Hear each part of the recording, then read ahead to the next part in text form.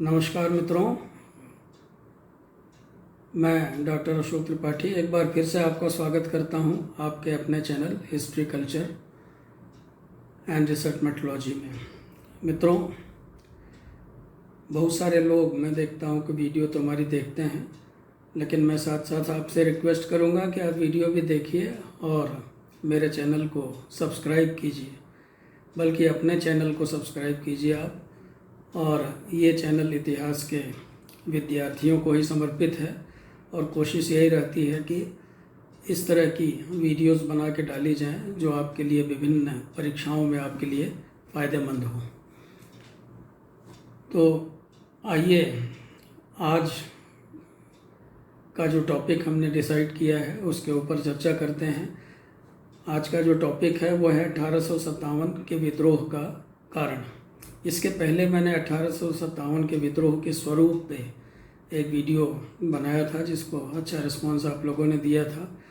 कुछ विद्यार्थियों ने पर्सनली मुझसे फ़ोन करके ये कहा कि 1857 की क्रांति की भी थोड़ी चर्चा की जाए। तो बहुत ही संक्षेप में 1857 की क्रांति के बारे में हम बातचीत करेंगे। जैसा कि आप सब जानते हैं कि 1857 की क्रांति को कई नामों से जाना जाता है।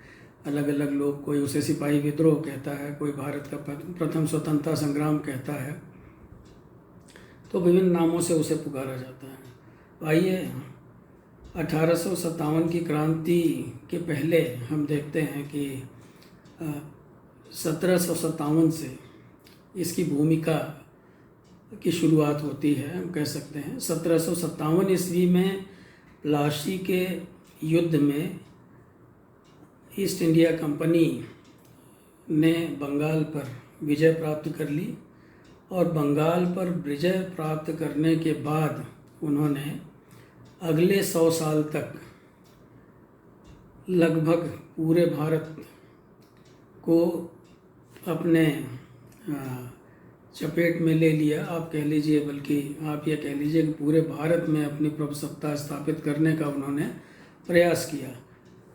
तो भारत में उस समय बहुत छोटे छोटे राज्य थे जो कि आपस में लड़ा करते थे। उत्तर मुगल काल के बाद हम ये देखते हैं कि कोई केंद्रीय शक्ति ऐसी नहीं रह गई थी कि जो कि पूरे भारत पे नियंत्रण स्थापित कर सके।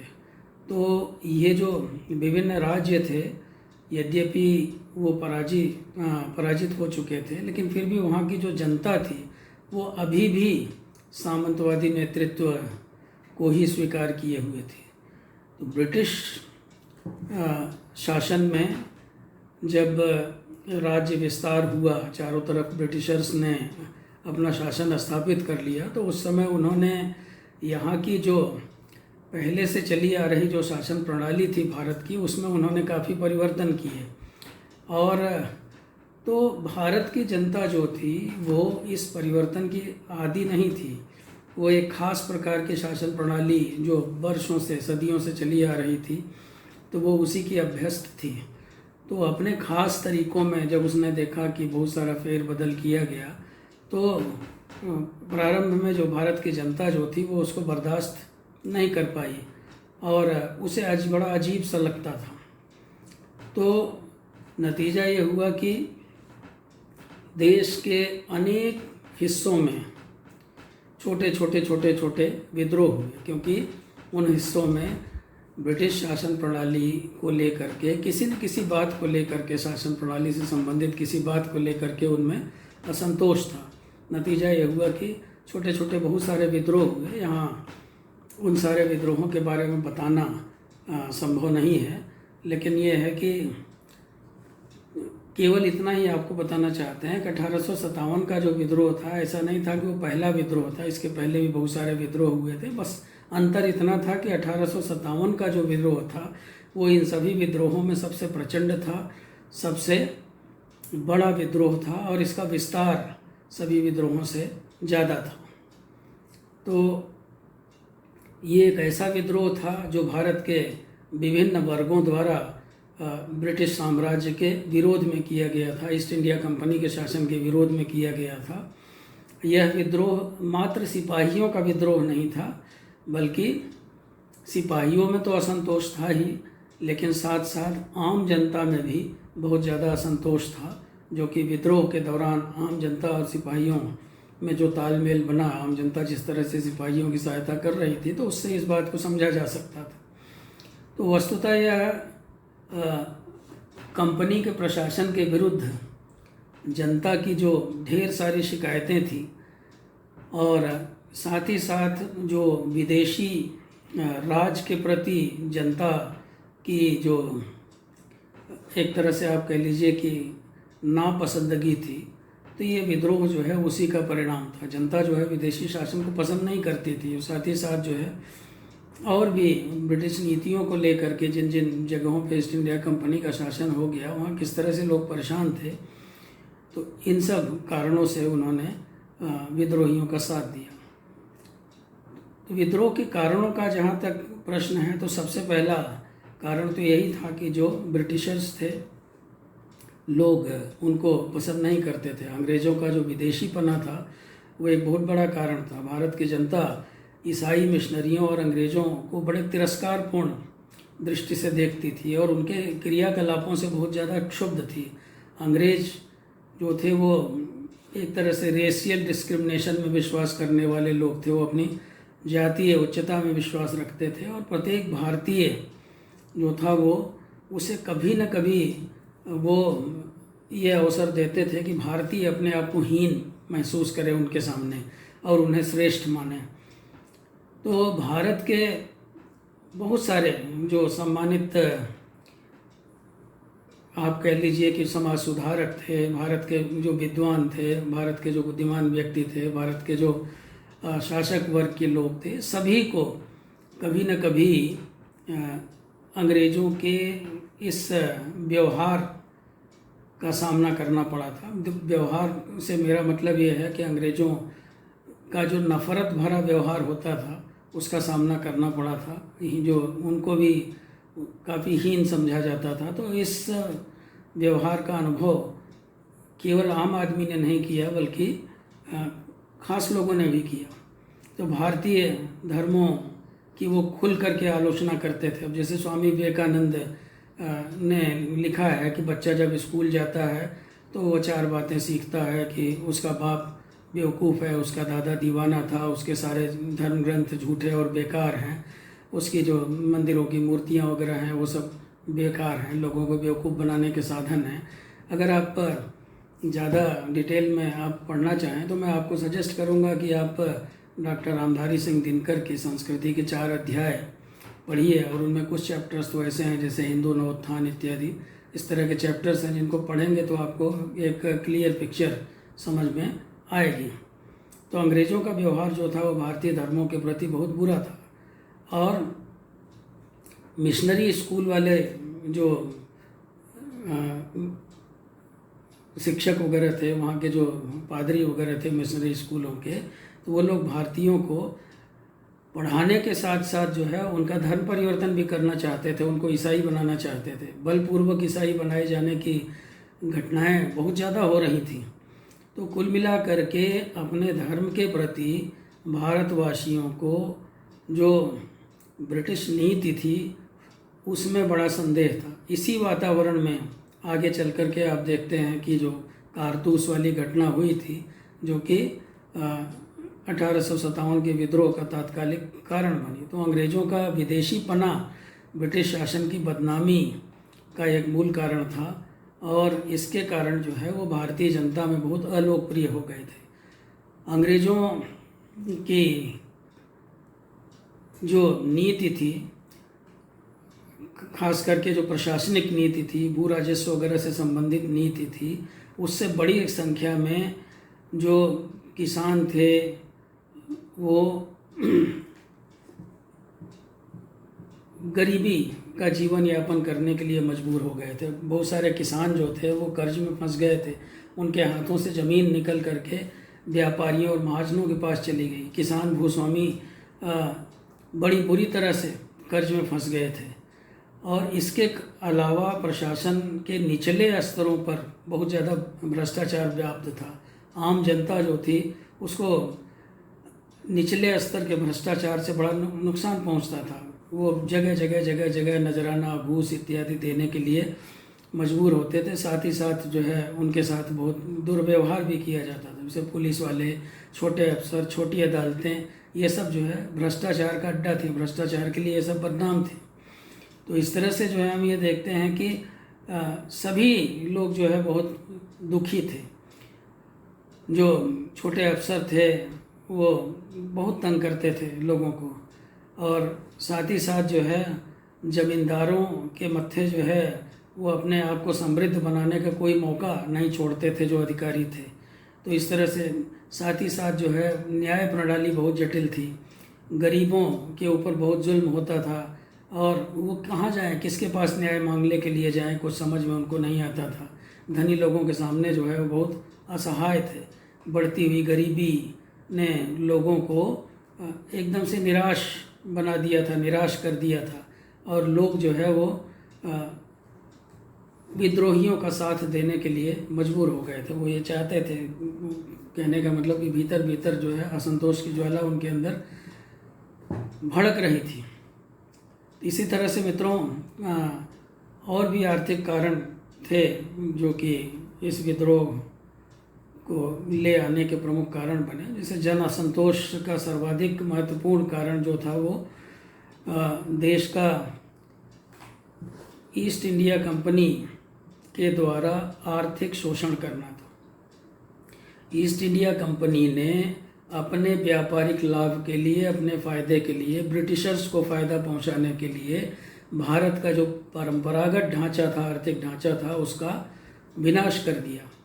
और इन्होंने क्या किया, उन्होंने किसानों, दस्तकारों, हस्तशिल्पियों, इन सब को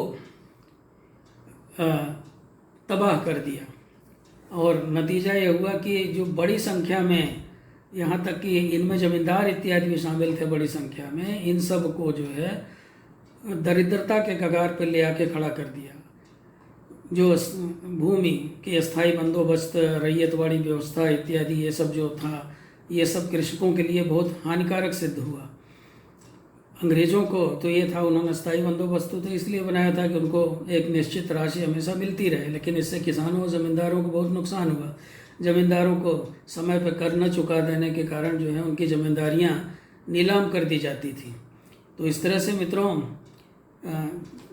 काफ़ी हम देखते हैं कि कई बार बहुत परेशानी का सामना करना पड़ता था उनको।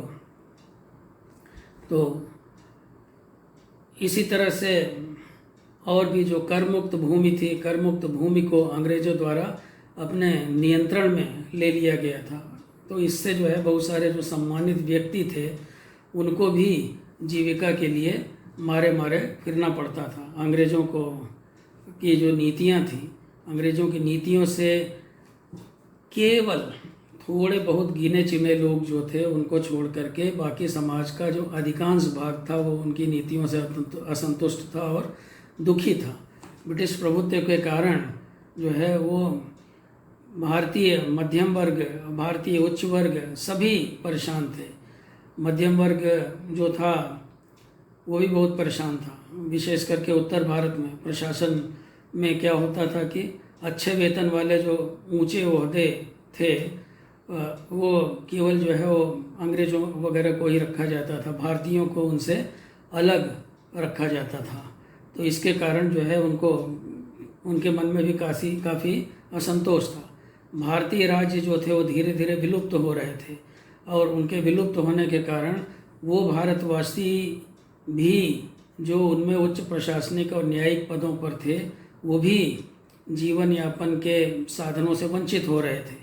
भारतीय शासक कला और साहित्य के संरक्षक थे और धार्मिक उपदेशकों और संत महात्माओं इत्यादि का भी भरण पोषण करते थे अपने।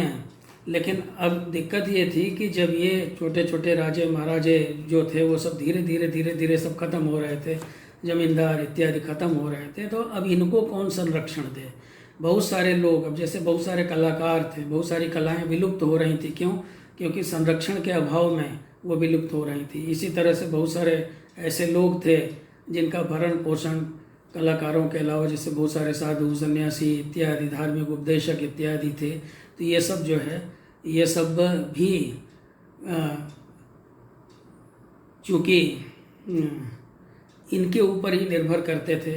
ये जो राजे महाराजे थे ये इनको पैट्रनाइज करते थे, तो इसलिए इनके समाप्त होने के बाद जो है उनका भी भविष्य अंधेरे में चला गया था। तो इन लोगों ने विदेशी शासन का विरोध किया। क्यों?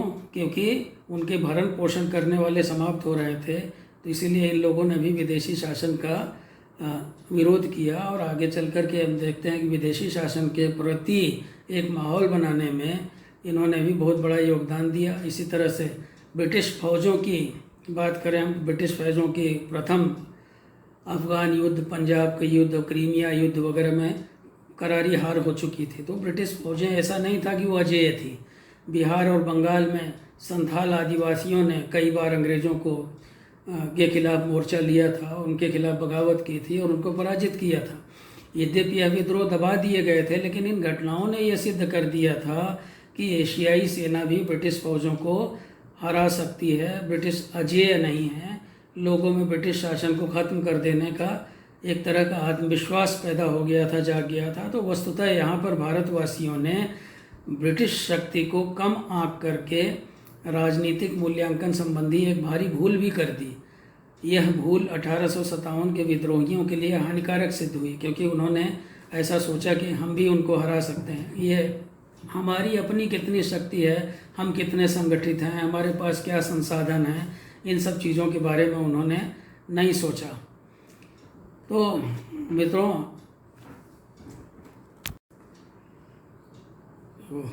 दोस्तों, हम अवध की बात करें। 1856 ईस्वी में अवध को भी अंग्रेजी राज्य में मिला लिया गया और अवध को अंग्रेजी राज्य में मिलाए जाने से जो सिपाही थे, जो कि अधिकांश अवध से ही आते थे, उनमें बहुत ज़्यादा असंतोष व्याप्त हो गया, उनमें बहुत ज़्यादा गुस्सा व्याप्त हो गया। तो लेकिन समस्या ये थी कि अभी एक अखिल भारतीय भावना न होने के कारण जो ये सिपाही थे अवध के, तो वो बहुत ज़्यादा संगठित नहीं हो पाए थे। और क्योंकि जैसे मैंने कहा कि एक अखिल भारतीय भावना का अभाव था उनमें, तो इन सिपाहियों ने अंग्रेज़ों की बहुत सहायता की थी। अंग्रेज़ लोग जहाँ आक्रमण करते थे, जो नए नए क्षेत्रों को जीतते थे, तो ये सिपाही जो है उनके लिए काम करते थे, उनकी मदद करते थे। किंतु एक बात नहीं भूलनी चाहिए कि अपने क्षेत्र के प्रति उनमें बहुत निष्ठा थी। जो उनकी जन्मभूमि थी, जो उनकी मातृभूमि थी, वहाँ के लिए उनके मन में बहुत प्रेम था, बहुत। लेकिन जब अवध को मिला लिया गया अंग्रेजी राज्य में, तो फिर अवध भी जो है उनके जुल्मों का शिकार होने लगा। नतीजा ये हुआ कि सिपाहियों में बहुत गहरा असंतोष आ गया। तो अवध को अंग्रेजी राज्य में मिलाए जाने के परिणाम स्वरूप कंपनी के जो सिपाही थे, ईस्ट इंडिया कंपनी के सिपाही थे, उनके ऊपर बहुत ज़्यादा आर्थिक बोझ भी पड़ा। उसे अब जो सिपाही थे, वो सिपाही जो है उन्हें बहुत ज़्यादा लगान देना पड़ता था। अब जब अवध को अंग्रेजी राज्य में मिला लिया गया, तो पहले से भी ज़्यादा लगान देना पड़ा उनको। नतीजा ये था कि उनके अंदर असंतोष का पैदा होना ये स्वाभाविक था। इसी तरह से आप देखिए, लॉर्ड डलहौजी जो था, वो उसकी जो नीतियाँ थी, उसकी नीतियों ने भी बहुत ज़्यादा असंतोष पैदा किया विभिन्न इलाकों में। जैसे उसने डॉक्ट्रिन ऑफ लैप्स बनाया, डॉक्ट्रिन ऑफ लैप्स यानी हड़प नीति। तो इसके तहत वो क्या करता था कि जिन राज्यों में जिन राजाओं का कोई वैध उत्तराधिकारी नहीं होता था, उनको जो है वो उसने ऐसा कानून बना दिया कि उनको अंग्रेजी राज्य में मिला लेता था। तो डलहौजी द्वारा जो है अवध और अन्य इलाकों को अंग्रेजी राज्य में मिलाए जाने से और अवध को हथियाने से देशी राज्यों के जो शासक थे उनमें हड़कंप मच गया। तो नतीजा ये हुआ कि चारों तरफ अफरा तफरी का माहौल बन गया। जो है कोई भी जिनके वैध उत्तराधिकारी वगैरह नहीं, तो वो सब भी अपने आप को असुरक्षित महसूस करने लगे। तो इस विद्रोह का आरंभ कंपनी के सिपाहियों ने किया। अतएव यह सुनिश्चित कर लेना भी आवश्यक है कि वे सिपाही जो थे वो, जो कि पहले अंग्रेज़ों के प्रति स्वामी भक्त थे, वो एकाएक विद्रोही कैसे बन गए, क्यों एकाएक विद्रोही बन गए। तो वास्तव में सिपाही जो थे, सिपाही कहीं अलग से थोड़े आए थे भाई, सिपाही भी जो है इसी भारतीय समाज का हिस्सा थे, और साथ ही साथ भारतीय समाज से पूरी तरह से वो एकाकार थे। भारतीय समाज जिस तरह के सुख दुख का अनुभव करता था वही वो भी करते थे। साथ ही साथ भारतीय समाज के जो रीति रिवाज वगैरह थे उन्हीं का पालन वो भी करते थे। समाज के में जैसे विभिन्न वर्गों की आशाएं होती हैं, अपेक्षाएं होती हैं, वो उनमें भी देखी जा सकती है।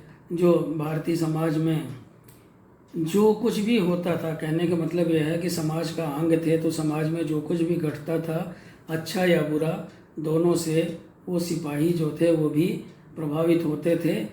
ब्रिटिश शासन की जो नीतियां थीं, जो भारत विरोधी नीतियां थीं, जो किसान विरोधी नीतियां थीं, जो हस्तकारों और शिल्पकारों के विरोध वाली नीतियां थीं, तो इन सब का असर जो है वो सिपाहियों पर भी पड़ा, क्योंकि वो भी उन्हीं परिवारों से आते थे, ज़्यादातर तो किसान परिवारों से ही थे।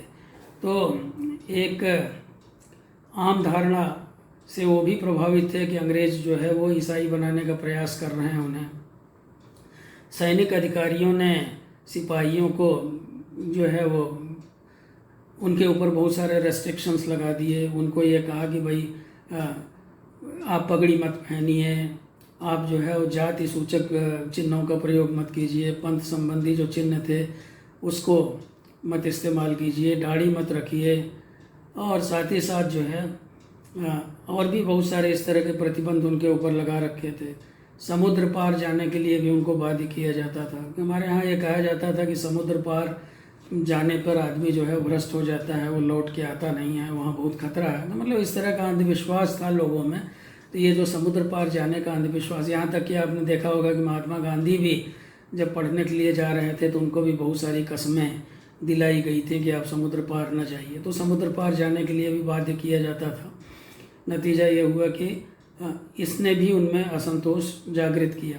जबकि हिंदुओं के जो प्रचलित धारणा जो थी उसके अनुसार ये था कि वो समुद्र पार जाने में खतरा था। उनको ये डर लगता था कि वो भ्रष्ट हो जाएंगे, धर्म से च्युत हो जाएंगे, अपनी जाति से च्युत हो जाएंगे। तो इस तरह से वो ये भी असंतोष का एक कारण बना। इसके अलावा सिपाहियों को और भी बहुत सारी शिकायतें थी। उनको वेतन इत्यादि बहुत कम मिलता था, उनके वेतन में वृद्धि नहीं होती थी। वहीं अंग्रेज़ सिपाही वगैरह थे, जो यूरोपीय सिपाही थी, उनकी तुलना में उनका वेतन बहुत कम था। उनको मान सम्मान भी नहीं मिलता था, उनसे सही ढंग से व्यवहार नहीं किया जाता था, उनसे दुर्व्यवहार किया। जो अंग्रेज अफसर वगैरह थे उनके साथ दुर्व्यवहार करते थे। उनकी पदोन्नति ज़्यादा ऊंचे पदों पर नहीं हो पाती थी, केवल सूबेदार इत्यादि के पद से आगे जो है उनकी पदोन्नति नहीं हो पाती थी। तो इस कारण से जो है उनका जो सारा जीवन था वो बहुत ज़्यादा कठिनाइयों से भरा हुआ था। तो वस्तुतः ये जो सारा असंतोष था, जो गुबार उनके अंदर भरा हुआ था सिपाहियों के, जो बरसों से संचित असंतोष था, वो अचानक से फूट पड़ा। अचानक से क्यों फूटा? इसका जो तात्कालिक कारण था इस विद्रोह का वो ये था कि जिसे कहते हैं चर्बी लगे कारतूसों का प्रयोग। तो चर्बी लगे कारतूसों के प्रयोग की घटना ने सिपाहियों में असंतोष को भड़काने के लिए चिंगारी का काम किया, और उनका जो विद्रोह था वो एक तरह से बहुत ज़्यादा भड़क गया। वो आम जनता तक धीरे धीरे पहुंच गया। तो इन्होंने जो कारतूस वाली घटना थी, कारतूस वाली घटना से अब ये हो गया कि भाई उस पर गाय की चर्बी लगी है, कारतूस पे उस सूअर की चर्बी लगी है, उसे दांतों से खोलना पड़ता था। नतीजा ये है कि उनको ये लगता था कि उनका धर्म भ्रष्ट हो गया। तो इन सब कारणों से जो है विद्रोह को हवा मिली, और कहने का मतलब कि जो विद्रोही भावना थी उनके अंदर और ज़्यादा भर गई, और इस कारतूस वाली घटना ने बारूद में चिंगारी का काम किया और विद्रोह फूट पड़ा। और उन्होंने विदेशियों को भारत से बाहर निकाल देने के लिए अपनी कमर कस ली। हालांकि एक मज़े की बात यह है कि कारतूस की घटना जो है वो चर्बी लगे कारतूस की घटना जो थी वो तात्कालिक कारण अवश्य बनी, लेकिन साथ ही साथ जो सिपाही थे उन सिपाहियों ने अंग्रेज़ों से लड़ने में उन्हीं कारतूसों का प्रयोग किया। तो इस प्रकार से 1857 का जो विद्रोह था वो हम कह सकते हैं कि ब्रिटिशर्स की भारत विरोधी नीतियों का, उनके साम्राज्यवादी शोषण का, उनकी उपनिवेशवादी नीतियों का, उनके आर्थिक दोहन का और जनता, इन सब के कारण जनता में व्याप्त असंतोष की पराकाष्ठा का ही परिणाम था। ये कोई आकस्मिक घटना नहीं थी, बहुत समय से गुबार भर रहा था सिपाहियों के बीच में और काफ़ी लंबे समय से जो है ये जमा होते होते होते होते अंत में ये फूट ही पड़ा। और जैसा कि आप देखते हैं कि यह विद्रोह जो है इसकी अपनी कुछ सीमाएं थी। सीमाएं ये थी कि लिमिटेशंस थी, जिसे नेतृत्व वगैरह का अभाव था इनमें। जो है विद्रोह जो है वो बहुत ज़्यादा राज्यों में नहीं फैल पाया। हालांकि ये मतलब एक अखिल भारतीय स्वरूप नहीं ले पाया, लेकिन फिर भी काफ़ी राज्यों में फैला, काफ़ी लोगों की इसको सहायता वगैरह मिली। लेकिन इन सब कमियों, इन सब सीमाओं के होने के बावजूद भी इस विद्रोह ने भारत का भाग्य एक बार फिर से तय कर दिया। ईस्ट इंडिया कंपनी का शासन समाप्त हो गया और सीधे सीधे जो है ब्रिटिश साम्राज्य के अधीन हो गया भारत। ब्रिटेन की महारानी ने सीधे सीधे भारत का शासन जो है वो अपने हाथ में ले लिया। तो उम्मीद है कि छोटे से वीडियो में बहुत साधारण शब्दों में आपको समझाने का प्रयास किया मैंने, कारणों को आपको समझ में आ गया होगा। तो अगर समझ में आया हो, आपको अच्छा लगा हो वीडियो, तो आप इसको लाइक कीजिए, मेरे चैनल को आप सब्सक्राइब कीजिए, बेल आइकन भी दबाइए, जिससे कि जो नई नई वीडियोस वगैरह मिले उनका नोटिफिकेशंस वगैरह आपको समय पर मिलता रहे। बहुत बहुत धन्यवाद, नमस्कार।